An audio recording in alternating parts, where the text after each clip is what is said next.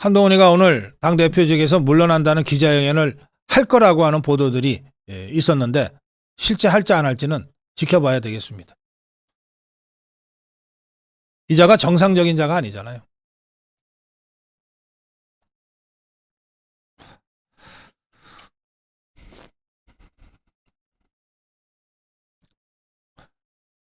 탄핵안 가결 직후 비상의총에서 국민의힘 의원들은 한동훈 어딨어? 한동훈 불러와! 너네 다 탈당해! 제명은 안 돼! 대부분 비례대표 똘마니들이었기 때문에.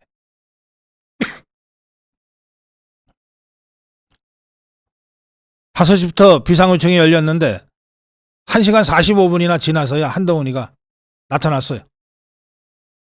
나타나서 아니 왜 나한테 이러냐? 내가 투표했냐? 이러고 다시 도망갔어요. 그 직후에 장동혁이가 아이 나 도저히 안 되겠다. 최고위원 사퇴하겠다. 진정호가 아이고 나도 사퇴하겠다. 이렇게 됐습니다. 그래서 국민의힘 지도부는 그 순간 붕괴돼 버렸습니다.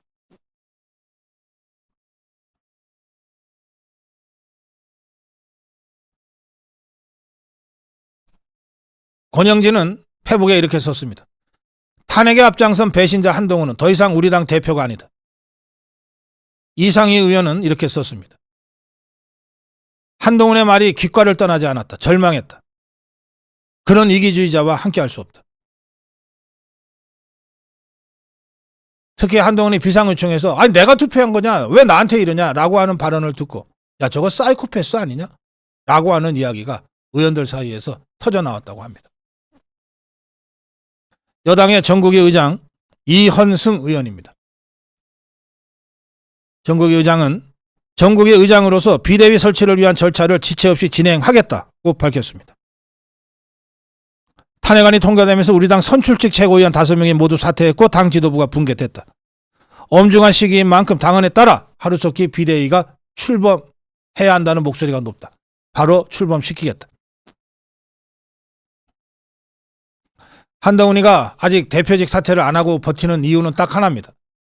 비대위원장을 지가 지명하고 나가겠다는 거예요. 그 바람에 김무성이가 비대위원장으로 유력하다는 보도까지 나왔습니다. 김무성이는 김영삼 정권 때 김영삼 밑에서 민정비서관 뭐 이런 걸 했던 자고 그 당시 사정비서관 민정비서관 자리가 주로 검찰 수사기관 조율했던 자리인데 그때 한동훈이의 장인 진형구가 대검 부장으로 근무했을 때입니다. 그래서 김무성이와 진형구가 그 당시부터 막역한 관계를 유지해 왔다고 하는 것을 정치권에선 대충 알만한 사람은 알아요. 한동훈이 이자가 그 장인과 막역한 김무성이를 비대위원장으로 지명하기 위해서 대표직을 그냥 뻘큰 움켜쥐고 아직까지 버티고 있다는 확인되지 않은 여의도 괴담이 지금 돌아다니고 있습니다. 매우 합리적 가설과 의심이라고 저는 생각합니다. 그러나 그런 일은 없겠죠. 어떻게 우리 자유파 국민의힘이 배신의 배신, 그 배신의 아이콘들이 계속 판콘을 찾게 내버려 두겠습니까?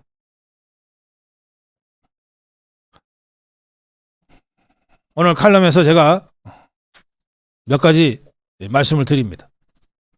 노무현이는 우리가 윤석열 대통령까지 포함해서 3번의 대통령 탄핵 사태를 겪고 있는데 노무현이는 잽싸게 유죄를 인정했어요.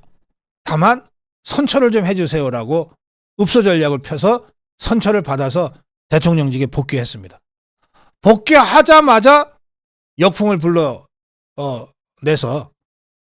총선에서 이기고 그리고 탄도리들을 108명이나 만들어가지고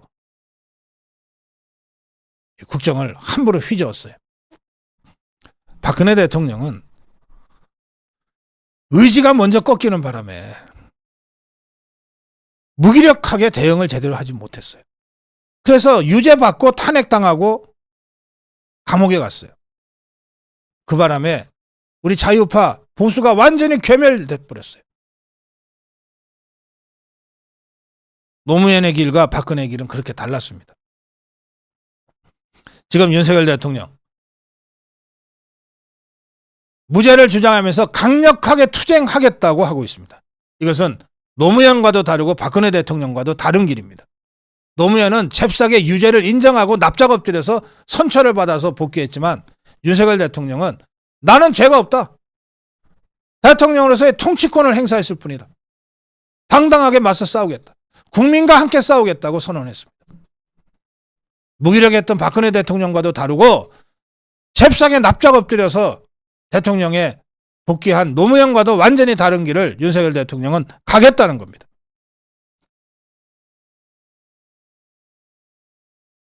이렇게 해서 윤석열 대통령이 법정 투쟁에서 승리해서 다시 대통령직에 복귀하면 단순한 역풍이 아니고 거대한 태풍을 몰고 올 거라고 저는 확신합니다.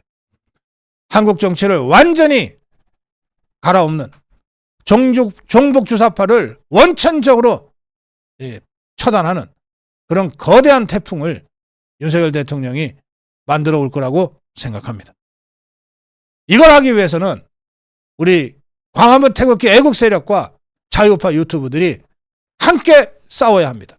그리고 여기에 국민의힘도 뒤늦게나마 전열을 정비해서 투쟁 대열에 함께 해야 된다고 생각합니다. 이걸 하기 위한 투쟁을 위한 전열 정비가 시급합니다. 광화문 태극기 애국 세력은 전열 정비할 필요 없어요. 이미 수년간 투쟁해왔고, 그리고 많은 분들이 댓글에서 말씀하시듯이 광화문이 아니라 이제 헌재를 중심으로 해서 집회와 시위를 계획하고 추진할 겁니다. 우리 자유파 유튜브들 단 한 명의 이탈 없이 끝까지 싸울 거예요. 기성 언론을 대신해서 실체적 진실을 전 세계에 알리기 위해서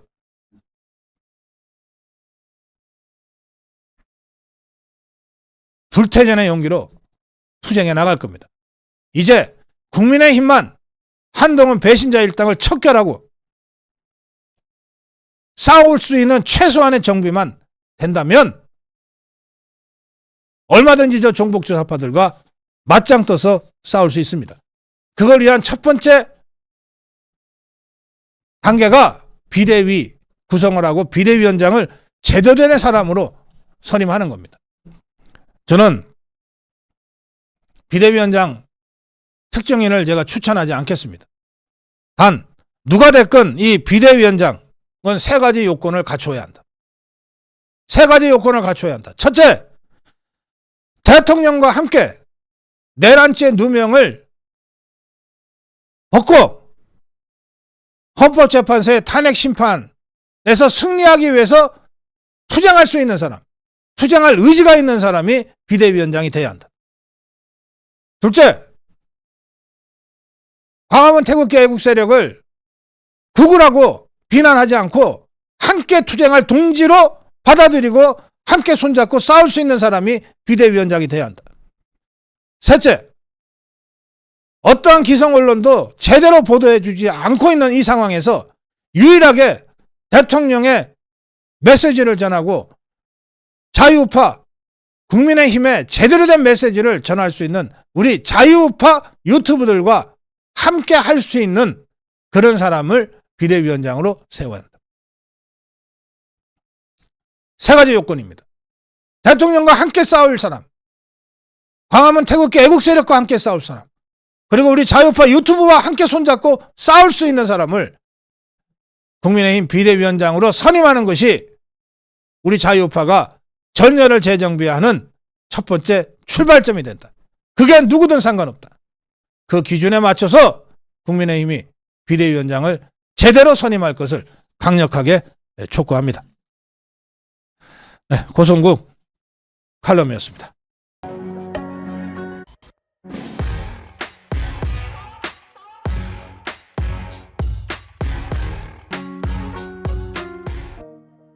조선고 칼럼입니다. 내란죄 프레임을 부숴야 한다.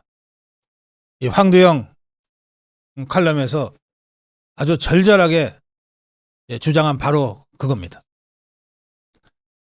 홍준표는 이 문제를 법리적으로 이렇게 따져서 문제 제기합니다. 1. 내란죄는 원래 정권 찬탈이 목적인데 이미 대통령 자리에 있는 윤석열 대통령이 찬탈할 권력이 또 어디 있는가? 2. 비상계엄 선포권은 국정에 관한 대통령의 권한이고 고도의 통치 행위로서 사법심사의 대상이 안 되는데 그걸 내란죄로 몰아갈 수 있는가? 3. 비상계엄 사유 판단이 부적절하다 해서 그게 바로 내란죄로 연결될 수 있는가? 4.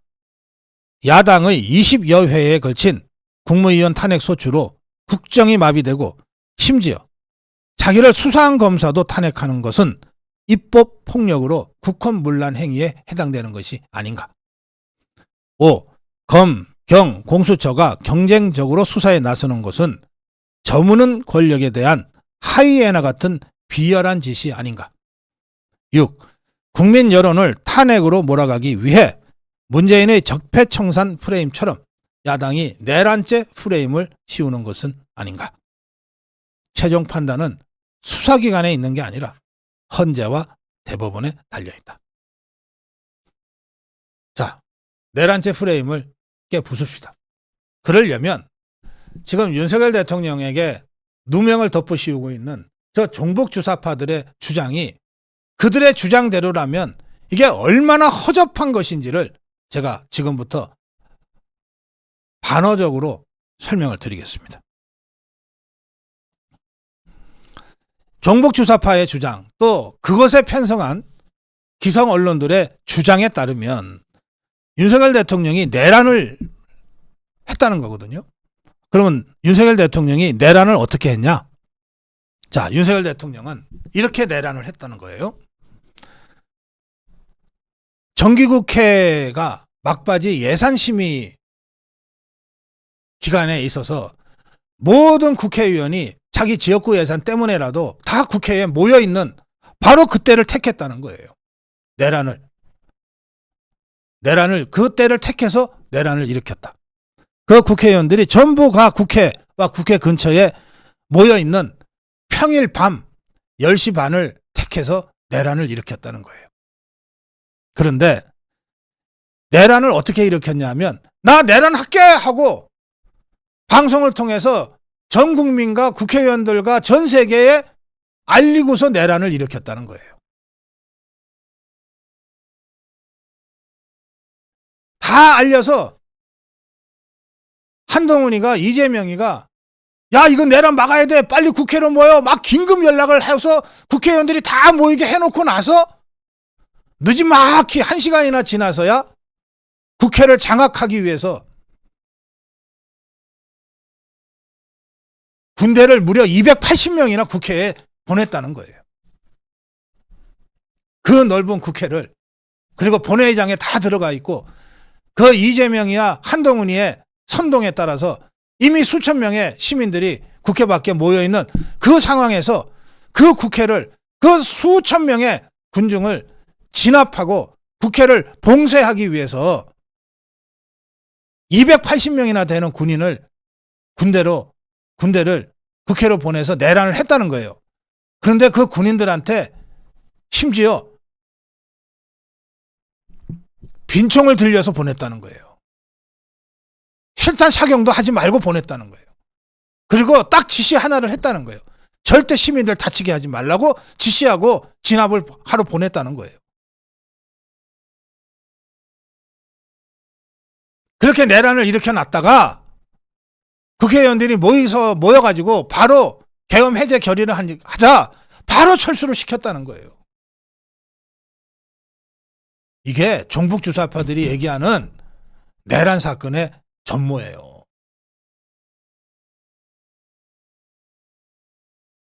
지금 저 종북주사파들이 그리고 한동훈 일당들이 배신자 저 쓰레기 같은 배신자들이 그리고 기성 언론들이 전부 다 이런 식으로 윤석열 대통령이 내란을 일으켰다고 몰아가고 있어요.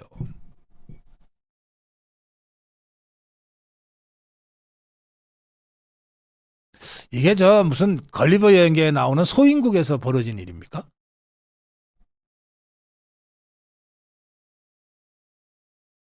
대통령이 대통령 권력을 찬탈하기 위해서 세상에 다 알리고 국회의원이 150명만 모여가지고서 의결하면 바로 해제될 수밖에 없는 것을 너무나 잘 아는 대통령이 국회의원들 다 모이게 만들어주고 막지 말라고 해주고, 그래서 국회의원들과 보좌진들과 그 이재명이 한동훈이 비상 연락받고 뛰어나온 국민들이 수천 명이 모여있고 전 세계 언론 수백여 개의 언론과 유튜브들이 전부 생방송으로 생중계를 하는 그 상황에서 그 국회를 봉쇄하고 진압하기 위해서 280명의 군대를 무장도 시키지 않고 빈총 들고, 그리고 절대 시민들 다치게 하지 말라는 지시를 내리고 그리고 들여다 보냈다는 거예요. 그게 내란이라는 거예요. 그게 내란이라는 거예요. 그 내란을 일으켰다가 국회 계엄 해제 결의가 있자마자 바로 철수시켰다는 거예요. 그게 내란이라는 거예요, 지금.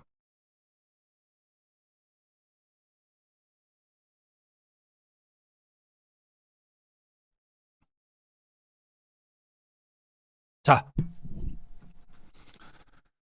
왜 이 자들이 이런 정말 택도 아닌 내란죄를 덮어 씌웠을까? 박근혜 대통령 탄핵 때 8년 전에 그냥 탄핵만으로는 탄핵이 안 될 것 같으니까 특검 수사를 병행했어요. 그래서 한쪽에 수사, 한쪽에 탄핵. 그런데 박근혜 대통령이 수사받을 일을 직접 안 했으니까 최소원이라는 사람을 매개고리로 해서 국정농단 수사에 들어가면서 연일 수사 상황이 보도가 되게 만들고 이걸 갖고 헌재를 압박해서 탄핵시켰어요. 수사와 탄핵, 이 두 바퀴를 굴린 거죠. 근데 이번에는 이 종북 주사파들이 8년 전에 박근혜 대통령 옆에 별것도 아닌 심부름이나 했던 최소원 씨 같은 사람을 찾아낼 수가 없었어요. 그래서 종북 주사파들이 제일 먼저 죽이려고 했던 게 김건희 여사예요. 우리가 몇 달 동안, 몇 년 동안 봤잖아요. 그 김건희 여사 특검법이 결국은 탄핵으로 가기 위한 디딤돌을 만들기 위한 고도의 정치적 공작이고 음모다. 그래서 우리가 막아낸 거 아닙니까? 국민의힘에서. 자, 그게 실패했는데 비상계엄 발동이 떨어진 거예요. 그러자 이 종북 주사파들 중에 이 머리 좀 돌아가는 자들이, 야, 대통령은 내란죄 경우에는 현직이지만 형사소추해서 감옥에 가둘 수 있어. 그래서 수사할 수 있어. 그러니 이걸 내란죄로 몰아서 한쪽에 내란죄 수사, 한쪽에 탄핵으로 이렇게 몰고 가면 8년 전처럼 탄핵시킬 수 있어. 감옥에 보낼 수 있어. 이래서 말도 안 되는 내란죄 누명을 씌운 겁니다. 말도 안 되는 누명을 씌우다 보니까 제가 아까 설명드린 그런 엉성하고 황당한 내란죄 스토리가 나온 거예요.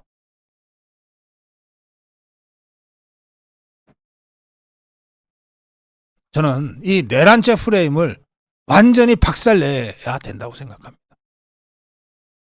그러면 탄핵 자체가 말이 안 되는 상황이 되는 거예요. 어차피 헌법재판소에서는 이 내란죄 유무를 둘러싸고 치열한 법리 공방이 벌어지게 되어 있습니다. 그리고 이미 검, 경, 공수처, 상설특검, 일반특검까지 전부 다 이 내란죄로 모아가고 있어요. 그런데 그 종북주사파와 그 수많은 언론들이 지금 덮어씌우고 있는 이 내란죄라는 누명의 실체를 보면 조금 전에 제가 설명드린 그런 수준의 내란죄라는 거예요. 자, 마지막으로 한마디만 하겠습니다.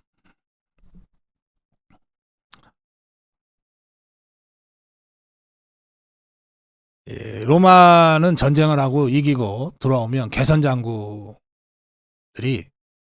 이 항복한 왕, 항복한 장군들을 밧줄에 묶어서 끌고 와요. 그리고 조리돌림을 합니다.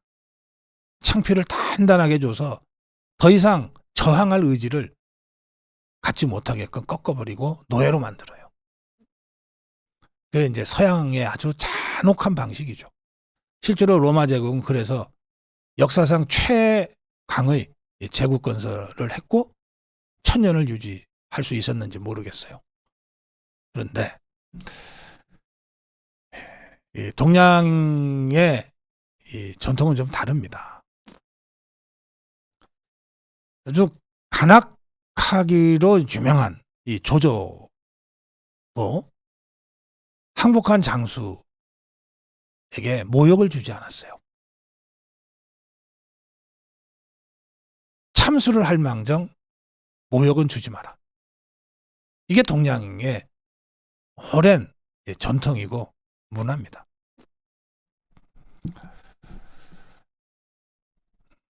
지금 참 똥별이라고밖에 부를 수 없는 이 찌질한 자들이 어쩌다가 별 2개 달고 3개 달고 우리 군의 장군들이 됐어요. 이 자들이 카메라 앞에서 눈물을 찔찔 짜면서 하는 걸 보면 정말 아주 부하가 치밀입니다. 그런데 이런 사람들을 저 종북 주사파들이 이 언론들이 계속해서 이게 조리돌림 하듯이 창표를 주면서 내란죄 누명 씌우는 것에 부역하라고 협박들을 하고 있어요. 이미 기가 꺾여버린 이 장군들이 이제 지 한 목숨이라도 어떻게 살리려고 시키는 대로 지금 하고 다니는 형국입니다.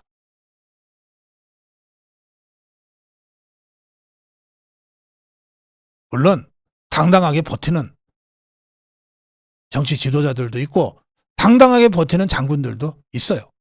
그래서 우리에게 아직 희망이 있다고 저는 생각하지만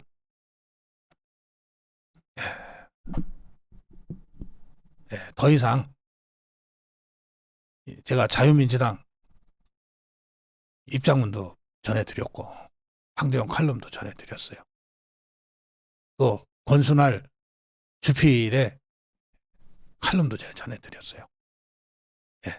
더 이상 군을 모욕하지 마세요.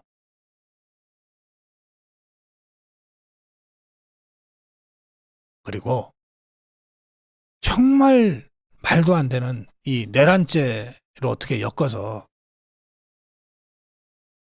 다시 8년 전에 권력 손쉽게 찬탈을 했던 그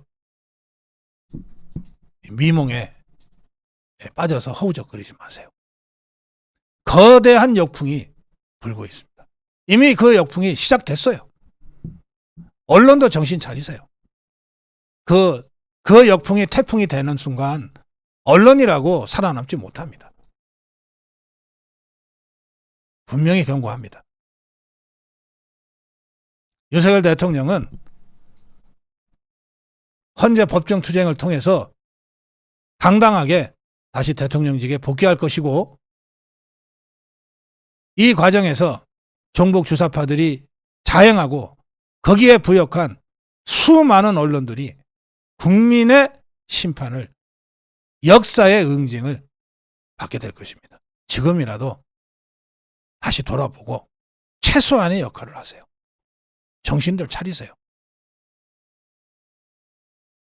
고성국 칼럼이었습니다.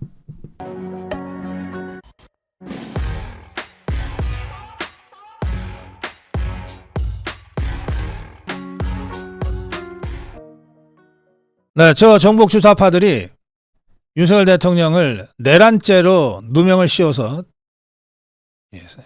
사법 처리하면서 헌재에서 탄핵 파면 결정을 하기 위해서 지금 총력전을 펴고 있는데 내란이라는 거 있잖아요. 내란.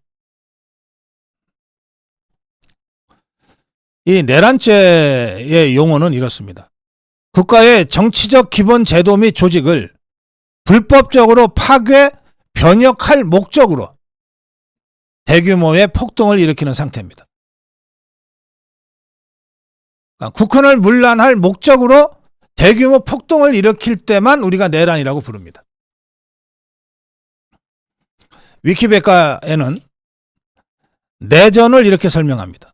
내전, 내란과 내전 두 용어가 있는데, 내전을 정치 권력을 획득하기 위해 한 집단이 다른 집단에 대해 무력 투쟁을 일으키는 행위를 내전이라고 규정하고 이것을 내란이라고도 한다, 이렇게 되어 있습니다. 통상적으로 내전과 내란은 이제 같은 용법으로 사용되는 단어인 겁니다. 우리가 대표적으로 기억하는 내란이 또는 내전이 캄보디아 내전 그리고 루안다 내전 같은 겁니다. 캄보디아 내전은 폴포트 때 정권을 잡은 쪽에서 캄보디아 국민 70만에서 300만 명을 학살하는 킬링필드를 벌였습니다. 그 정도 돼야 내전이라고 부르거나 내란이라고 부르는 겁니다. 또 아프리카에서 가장 유명한 내전은 루안다 내전인데, 여기에 후투족의 민병대가 투치족 민간인들을 살해했는데 20만 명에서 50만 명이 살해된 것으로 추정됩니다. 조금 전에 제가 내란을 얘기하면서 국헌을 불법적으로 파괴할 목적으로 대규모 폭동을 일으키는 상태를 내전이라고 규정하고 있다 그랬죠. 그리고 그 내전은 내란이라고도 한다 그랬잖아요. 자, 12월 3일 10시 30분에 발동돼서 6시간 만에 종료된 이 계엄 사태가 국헌을 문란할 목적으로 불법적으로 폭동을 일으켰습니까? 그래서 수십만 명이 죽었습니까? 그럴 때야 내란죄 또는 내전 전범으로 사법 처리가 되는 거예요. 내란죄와 관련된 지난번의 마지막 재판은 1997년 4월 17일 대법원에서의 판결입니다. 1997년 4월 전두환 등의 내란 등 대법원 판결의 주요 내용은 이렇습니다. 대통령의 비상계엄의 선포 확대 행위는 고도의 정치적 군사적 성격을 지니고 있는 행위라 할 것이므로 그것이 누구에게도 일견하여 딱 보자마자 헌법이나 법률에 위반되는 것으로서 명백하게 인정될 수 있는 등 특별한 사정이 있는 경우라면 몰라도 그러하지 아니한 이상 그 계엄 선포의 요건 구비 여부나 선포의 당, 부당을 판단할 권한이 사법부에는 없다. 그러니까 비상계엄이 폭동으로 연결돼서 누가 봐도 저건 내란이다 라고 할 정도가 되지 않으면 비상계엄령의 발동, 옳으냐 그르냐 하는 등등은 사법적 판단의 대상이 안 된다는 거예요. 이게 대법원의 판결이에요. 또 비상계엄의 선포나 확대가 국헌문란의 목적을 달성하기 위하여 행하여진 경우에는 법원은 그 자체가 범죄 행위에 해당되는지 여부에 관해서 심사할 수 있다고 하면서 국헌문란이라는 목적이 있을 때만 비로소 내란죄로 사법 판단을 할 수 있다라고 썼어요. 그러면서 내란죄는 뭐라고 돼 있냐? 대법원 판결입니다. 내란죄는 국토를 참절하거나 점령하거나 이런 뜻이에요. 점령하거나 불법으로 점령하거나 국헌을 문란할 목적으로 폭동을 한 행위로서 다수가 결합하여 위와 같은 목적으로 한 지방의 평온을 해할 정도의 폭행과 협박 행위를 하는 것이다. 이렇게 되어 있습니다. 한 지방이라고 하는 것은 여수 순천 반란 사건 할 때 여수시, 순천시, 대구 폭동과 같은 대구시와 같은 이 정도 규모의 지방을 점령하거나 그 정도에 되는 이 지방을 해할 목적으로 다수가 모여서 폭력을 행사했을 때를 내란이라고 한다. 그렇게 돼 있어요. 지난 비상계엄령 발동 기간 동안에 그런 일이 있었습니까?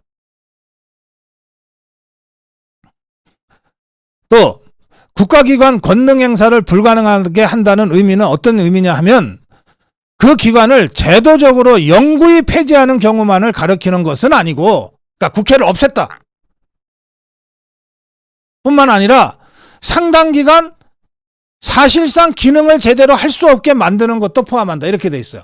그러니까 국회를 없애지 않았더라도 국회가 상당 기간 동안 국회로서의 기능을 정상적으로 할 수 없게 만들 경우에도 국가기관 권능행사 불가능이라고 하는 조항을 적용할 수 있다는 것이었는데, 자, 전 세계가 수백 개의 언론을 통해서 그날 밤 국회 상황을 다 봤어요.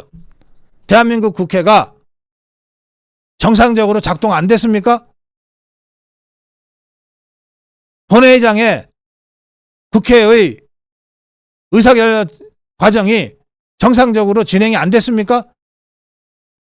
국회에 들어가겠다고 하는 국회의원들이 불법적으로 감금돼서 국회에 들어가지 못한 사람이 있습니까? 그날 밤에 국회는 정상적으로 작동이 됐어요. 맨날 여야 간에 싸우는 바람에 비정상으로 진행됐던 그 국회가 그날만은 여야 싸움도 없이 매우 정상적으로 작동이 됐어요. 그리고 그 국회의 정상적 작동의 결과 비상계엄 해제가 처리가 됐어요. 이게 어떻게 상당 기간 기능이 제대로 안 됐다고 할 수 있는 겁니까? 1997년 전두환 등의 내란 등 대법원의 판결에 의하더라도 윤석열 대통령의 비상계엄 발동은 내란죄에 전혀 해당되지 않고, 따라서 사법 판단의 대상이 되지 않는다는 겁니다. 이걸 가지고 이자들이 내란죄로 몰아가면서 탄핵으로 지금 몰고 있는 겁니다. 윤석열 대통령 측 변호인은 탄핵 변론 때 입장을 정확하게 표명할 것이다. 내란 수사는 광기다, 이런 주장을 했습니다. 그러면서 윤석열 대통령은 법치와 헌법과 법률의 근저에 깔린 적법 절차 원칙에 따르겠다는 인식이 확고하다. 현재의 내란죄 수사는 광기다. 석덕현 변호사는 법치가 조롱당하고 훼손됐던 부분에 대해 나름대로 법적 시비를 가릴 기회가 탄핵 심판이다. 법정에서 집권 후 지금까지 야당에 의한 국정 난맥과 국헌 문란이 벌어졌다. 이 문제를 정확하게 따질 것이다, 이렇게 얘기했습니다. 박근혜 대통령은 법정에 안 나왔지만 이번에는 다르다. 변호인보다도 윤석열 대통령 본인이 분명한 입장을 가지고 진술할 것이다. 내란죄 조항을 한 번만 읽어봤다면 어떻게 내란죄로 덮어씌울 수가 있느냐. 내란죄 성립 여건에 해당하지 않고 수사 대상이 될 수도 없다. 대통령이 왜 반란을 일으키냐. 또 지금 대통령을 소환하겠다고 계속 수사기관들이 언론 플레이를 하는데, 탄핵 소추로 권한만 정지됐을 뿐 윤석열 대통령은 여전히 대한민국 대통령이다. 대한민국 대통령이 오란다고 가고 그럴 자리냐.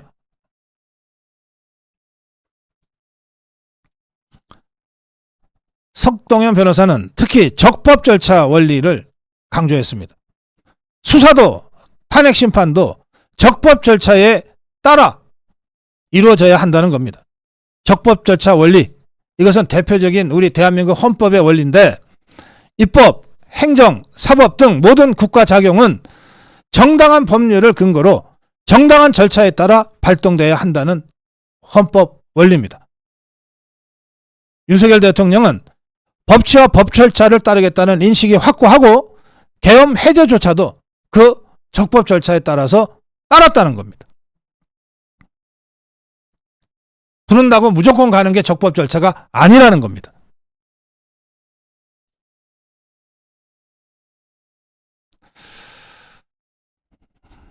또 박근혜 대통령 탄핵 때도 밀회했다느니 같은 유언비어가 국민 뇌리에 왜곡된 측면이 있었는데, 지금도 벌써 그런 조짐이 나타나고 있다. 불필요한 유언비어 흑색 선전에 대한 대응을 좀 더 적극적으로 하겠다. 대통령이 제대로 진실을 밝히겠다고 나선 이상 내란죄로 수사받고 있는 다른 사람들도 이제 정신 좀 차리고 대통령과 함께 종북주사파의 저 무도한 내란몰이, 탄핵몰이에 맞서 싸워야 합니다. 김용현 장관은 비상계엄에는 미래 세대에게 제대로 된 나라를 물려주려는 대통령의 소중한 뜻이 담겨 있었다. 제대로 받들지 못해 죄송스럽다. 이번 비상계엄은 국회의 국헌문란과 내란에 준하는 폐악질에 대한 경종을 울리고 부정선거에 대한 국민적 의혹을 해소하기 위함이었다.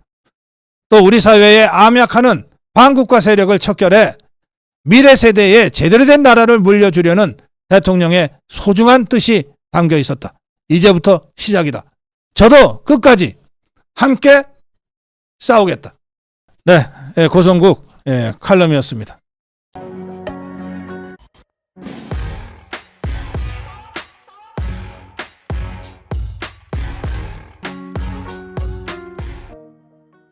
고성국 칼럼입니다.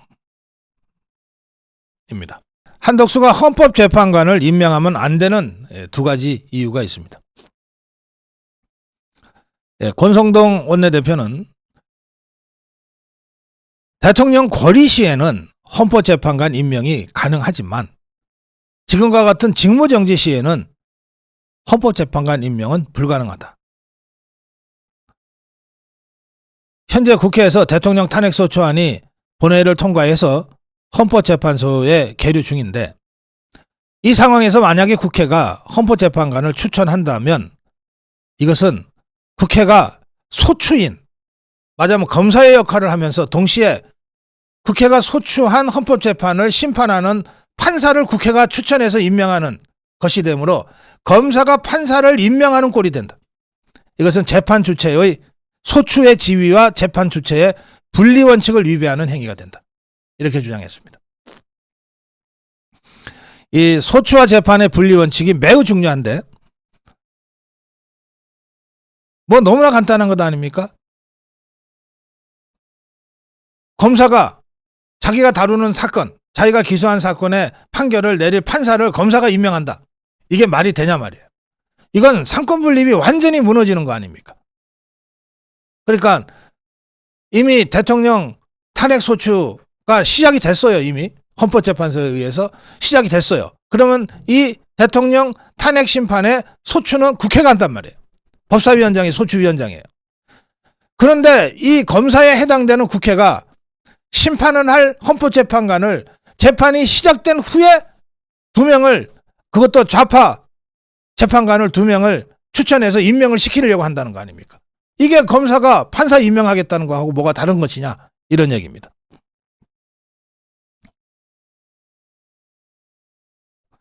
이렇게 되면 특히 국회가 평소에 지그들이 알아서 추천을 했으면 모르겠는데 법적 근거에 따라서 대통령이 탄핵당해서 국회가 탄핵 소추인이 된 이 시점에서는 재판의 주체인 헌법재판소 재판관을 정하는 것은 상권 분립이 근본적으로 훼손되는 것이고 법적 공정성이 근원적으로 훼손되는 것이다. 이게 첫 번째 이유입니다.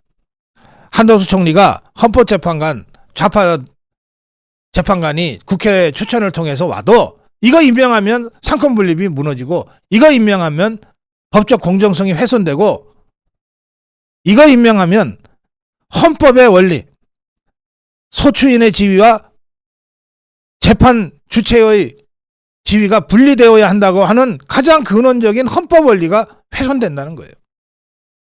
따라서 임명하면 안 된다 이겁니다.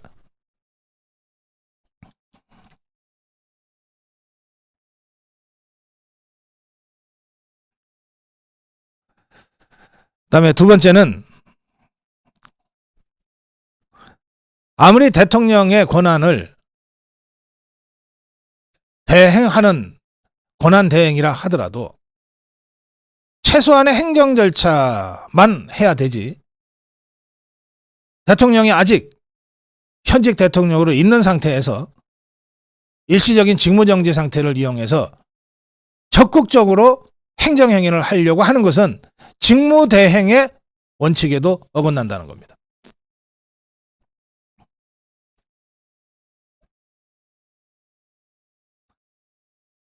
이 황교안 전 총리 직무대행을 6개월을 했던 황교안 총리가 입장을 밝혔어요.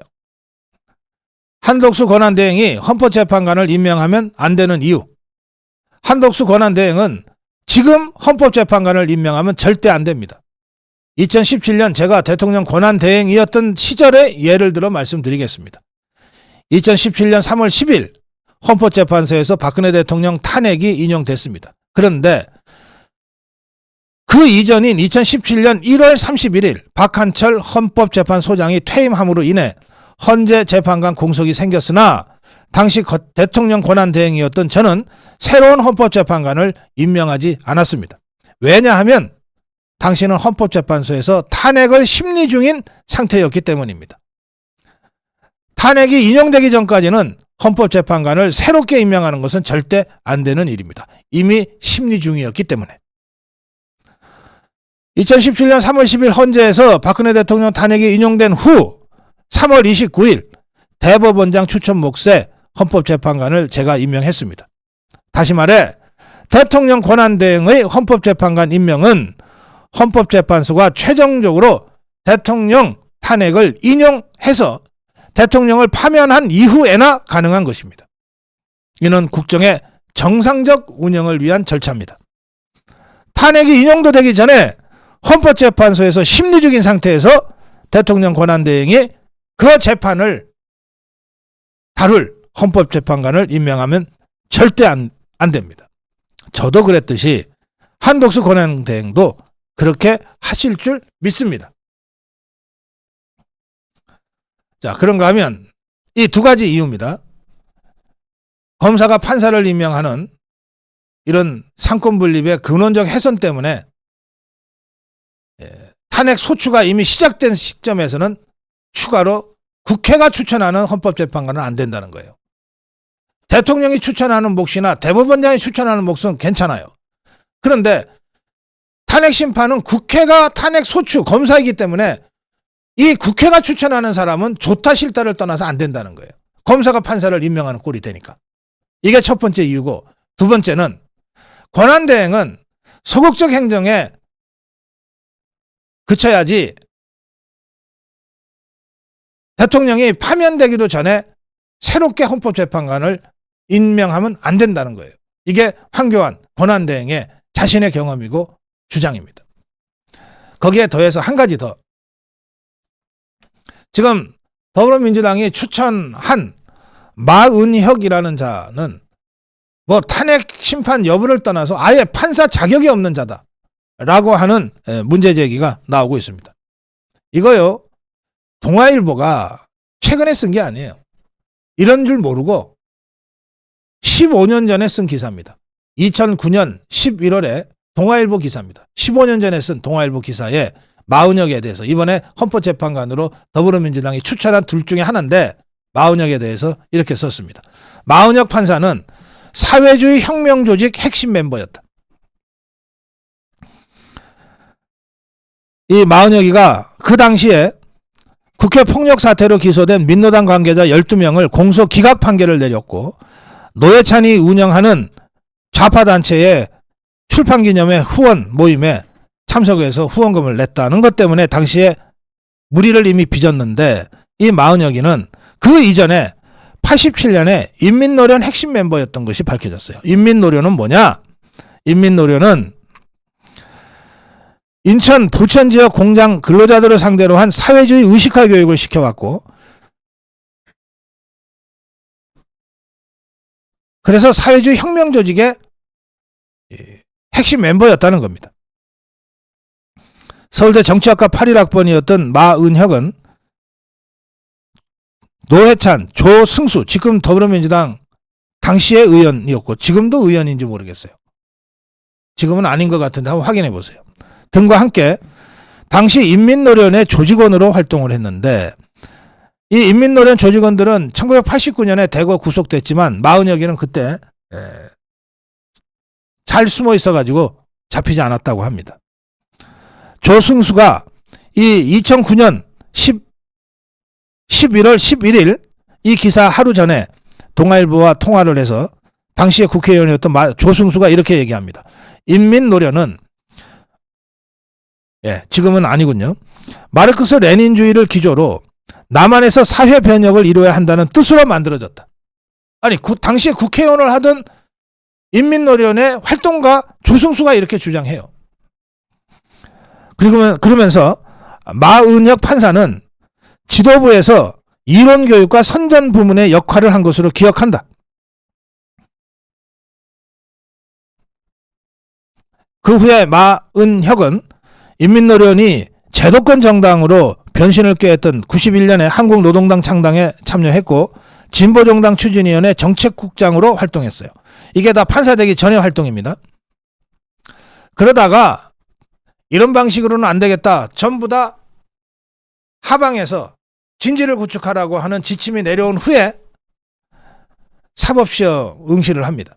그때 좌파들이 대거 언론계로, 법조계로, 언론계로, 법조계로, 학계로, 종교계로 막 하방에서 진출했던 그때입니다. 그때 진출을 해서 사법시험에 합격을 하고 지금까지 판사 일을 하면서 온갖 편향된 재판들을 해온 자가 지금 더불어민주당이 헌법재판관으로 추천한 자입니다. 그렇기 때문에 한덕수 권한대행은 앞에서 이야기한 두 가지 이유 외에도 이 마은혁이라는 자에 관해서는 확실하게 임명 거부를 하는 것이 옳다. 이 점을 제가 추가해서 말씀드리겠습니다. 고성구 칼럼이었습니다.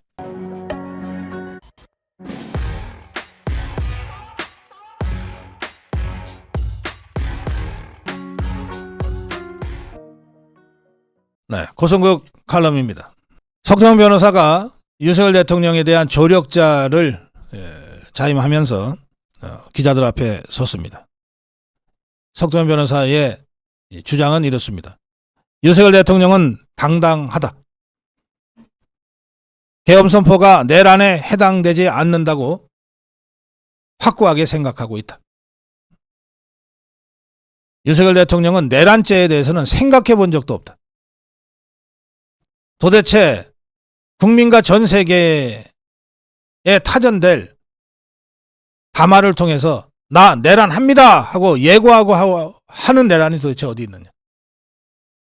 또 만약에 내란을 진짜 일으켰다면 두세 시간 만에 국회가 그만두란다고 그만두는 내란은 또 어디 있느냐.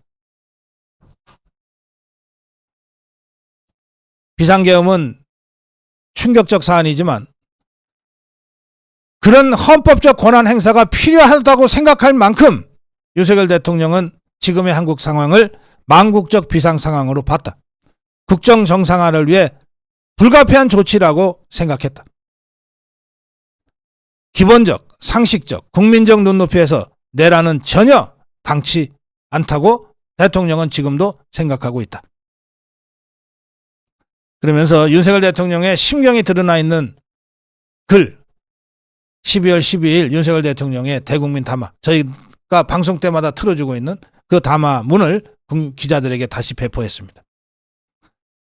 석동현 변호사는 대통령도 법률가인데 체포해라, 끌어내라 이런 용어 자체를 쓴 적이 없다. 체포의 체자를 얘기한 적도 없다. 도대체 체포하면 어디다 대놓겠다고 체포를 했겠냐. 대통령은 출동한 군경에게 절대 시민들과 충돌하지 말라는 지시와 당부를 했다. 여기에는 국회 관계자들이 당연히 포함된다. 빈 총으로 실무장하지 않은 300명 미만의 군인들만 국회로 갔고 그 넓은 의사당 주변에 그 인원 가지고 무슨 장악이 되고 무슨 봉쇄가 되겠느냐. 한동훈이 이재명이 뭐 정치권 14명 체포하라? 이걸 대통령이 직접 지시했다? 그런 적 없다. 사실이 아니다. 이렇게 설명했습니다.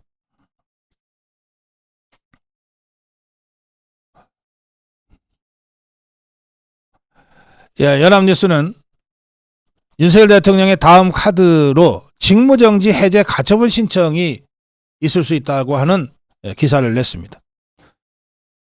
직무가 정지된 윤석열 대통령이 직무정지 가처분 신청을 할 수 있다는 얘기입니다. 가처분이라고 하는 것은 현 상황을 방치할 경우에 회복하기 어려운 손해가 발생할 우려가 있을 때 본안 판단 이전에 처분 등의 효력을 한시적으로 정지하는 겁니다. 이 가처분 신청은 2000년 헌법소원 사건에서 처음으로 헌재법에 규정이 없음에도 허용이 됐습니다. 그 후로 많은 사안에서 가처분이 인용이 되어 왔습니다. 이진숙 방통위원장 지금 가처분을 받아들여서 6인 체제가 운영되고 있는 겁니다. 그러니까 현재 6인 체제의 헌법재판관 시스템도 가처분에 의해서 진행되고 있다는 겁니다. 이 가처분에서 핵심은 뭐냐? 회복하기 어려운 손해, 직무정지로 인한 회복하기 어려운 손해가 발생할 수 있다고 판단하면 가처분을 받아들입니다. 그러면 그 순간 대통령은 다시 대통령 직무로 복귀해서 대통령 직무를 할 수 있습니다. 그러다가 헌법재판이 진행돼서 거기서 인용이 되고 파면이 되면 그때 이제 그만두게 되는 겁니다. 자, 그러면 핵심은 회복하기 어려운 손해인데 지금 윤석열 대통령의 대통령직 직무 정지로 회복하기 어려운 손해가 발생하고 있느냐? 발생하고 있습니다. 이미 발생하고 있습니다. 트럼프 행정부 출범을 앞두고 전 세계가 어떻게든 트럼프와 한 번이라도 만나려고 하지 않습니까?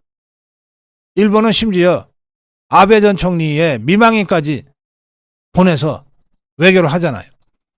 누구보다도 트럼프 대통령과 케미가 잘 맞을 것으로 예상된 윤석열 대통령이 근데 직무정지로 아무것도 못하고 있어요. 이것은 윤석열 대통령 개인에 대한 심각한 손해일 뿐만 아니라 대한민국 국익이라는 관점에서 볼 때도 회복하기 어려운 심각한 손해가 이미 발생하고 있는 겁니다. 저는 그 점에서 윤석열 대통령이 직무정지 가처분 신청을 할 필요가 있고 또 그렇게 직무정지 해제 가처분 신청을 할 경우에 헌법재판소가 이걸 받아들이지 않을 도리가 없다고 생각합니다. 그걸 통해서 정말로 중요한 외교 안보, 국익과의 직결되는 사안은 가처분 인용을 통해서라도 해결해 나갈 수 있도록 헌재가 길을 열어줘야 된다. 그렇게 말씀드립니다. 오늘 고소공 칼럼 대반격이 시작된다는 제목으로 이렇게 말씀을 드렸습니다. 8년 전하고 모든 양상이 다 다릅니다. 대통령의 투쟁 의지가 다르고 자유우파 국민들의 투쟁 의지가 다르고 전문가들인 법률가들의 판단이 다릅니다. 언론들도 하나씩 그 광기로부터 조금씩 벗어나고 있는 모습입니다. 속속 들어오는 외국의 반응들도 그렇습니다. 이제 대반격이 시작됐다. 이 대반격의 힘을 내일 광화문에 모여서 제대로 보여줍시다. 네, 고성국 칼럼이었습니다.